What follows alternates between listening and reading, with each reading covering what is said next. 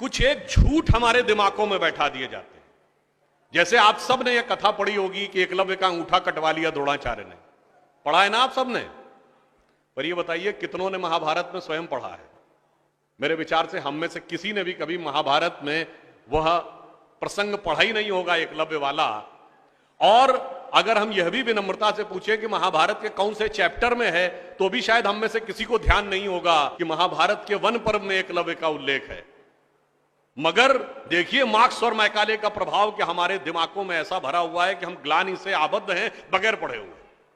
अब मैं आपसे कहूंगा, जाइएगा, जाकर पढ़िएगा। अवेलेबल हो तो इंटरनेट पे जाके सर्च कर लीजिएगा, ना हो तो राम जो महाभारत सीरियल आया था उसका एपिसोड जाके यूट्यूब पे देख लीजिएगा। कि किस्सा ये था कि जब आपको, चाहे आपने कथा सुनी होगी कि कुत्ते का मुंह बाणों से भर गया था जो एकलव्य ने तीर चलाए थे, और जब वह तीर अर्जुन निकालते हैं तो उस कुत्ते के मुंह में एक खरोंच तक उस बाण से नहीं आई होती है, तो वो चौंक जाते हैं क्योंकि ये सामान्य तीर नहीं है। उन्होंने कहा तो दिव्य अस्त्र है कि मुंह में पूरा तीर से भर गया मुंह और इसके बाद भी एक खरोंच नहीं आई। आप कहेंगे दिव्यास्त्र का मतलब क्या?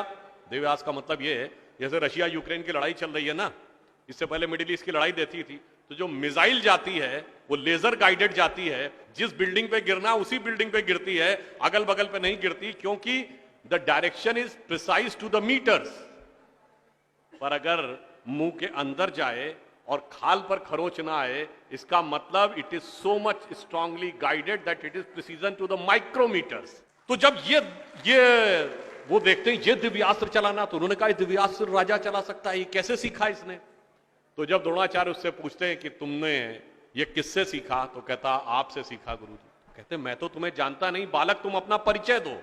अब यहीं पर बिंदु। एकलव्य क्या कहता है? मैं मगध नरेश जरासंध के प्रधान सेनापति हिरण्यधनु का पुत्र एकलव्य। अरे वो मगध के chief of the arm forces का बेटा था। यदि आप ये कह रहे हैं कि वनवासी था, तो ये भी पूरा वाक्य तो पूरा करो कि वो सेना अध्यक्ष था। मगर देखिए कितनी चालाकी से छुपा लिया आधे तथ्य को, और उसके बाद हमारे दिमागों में भर दिया कि ये बहुत गलत किया गया। बताइए, हमारे हिंदू धर्म के दो महाकाव्य, रामायण और महाभारत, दोनों का रचयिता कौन? रामायण का रचयिता महर्षि वाल्मीकि, जो संस्कृत के आदि कवि माने जाते हैं। आज जो वाल्मीकि समुदाय है वो किसमें आता है?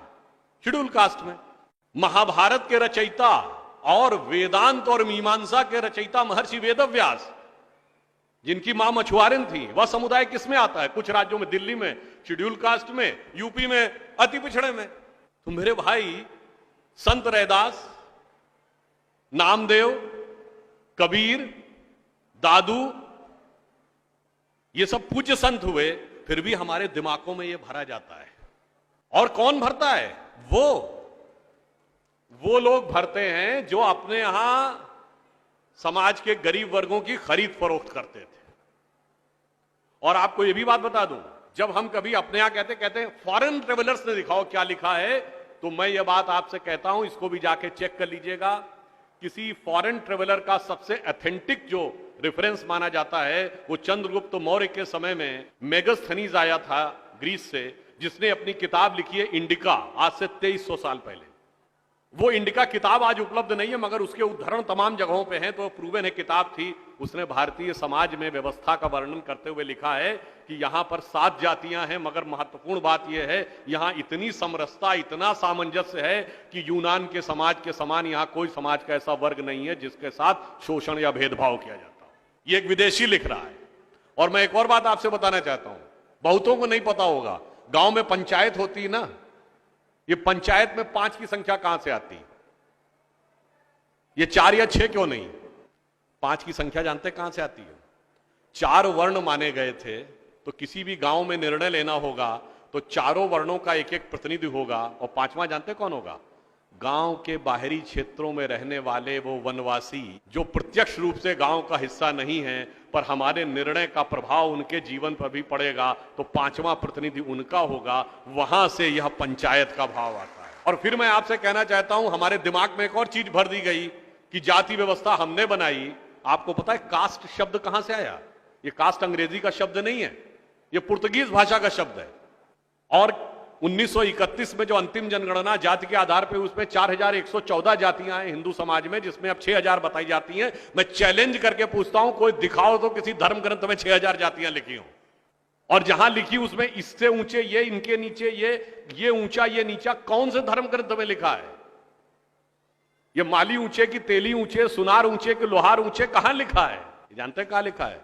एक British census commissioner Herbert Risley द्वारा किए गए सेंसस में हिंदू समाज को जातियों में विभाजित करके ऊपर से नीचे तक लिखा गया, और फिर वो हमारे ऊपर अध्यारोपित कर दिया गया है।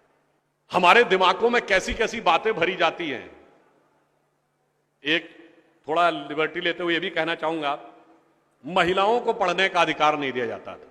अब ये बताइए, हमारे यहां दिल्ली में लोगों को ध्यान नहीं होता है, आप लोगों ने मैत्री कॉलेज और गार्गी कॉलेज है ना, ये मैत्री और गार्गी कौन थी? ये वैदिक काल की 20-22 विदुषी स्त्रियों में से एक हैं। गार्गी ने ऋषि याज्ञवल्क्य के साथ शास्त्रार्थ किया।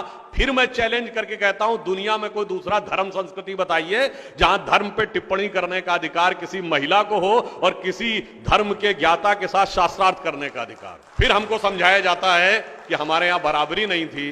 अरे आप सबको याद हो, सबसे प्रख्यात शास्त्रार्थ कौन सा है? आचार्य मंडन मिश्र और आदि शंकराचार्य के बीच में। दोनों के बीच में जो शास्त्रार्थ हुआ, उसका जज कौन था? आचार्य मंडन मिश्र की पत्नी उभय भारती। फिर मैं चैलेंज करके पूछता हूं, पहले दुनिया कोई धर्म बताइए जहां टिप्पणी करने का अधिकार स्त्रियों को हो और जज बनने का अधिकार हो डिस्कशन में। उसके बाद हमसे कहते हैं कि साहब बराबरी नहीं थी। इसलिए मैं कहना चाहता हूं कि हमारे यहां तो समाज में जिस प्रकार से एकाकार करके सबको साथ में लिया जाता था, बराबरी का तो आलम यह था, बराबरी नहीं थी, यह सच है। हमारे यहां बराबरी नहीं थी। हमारे यहां मातृशक्ति को पहले रखा जाता था। इसीलिए हम क्या बोलते हैं? सीताराम, सीता पहले राम बाद में।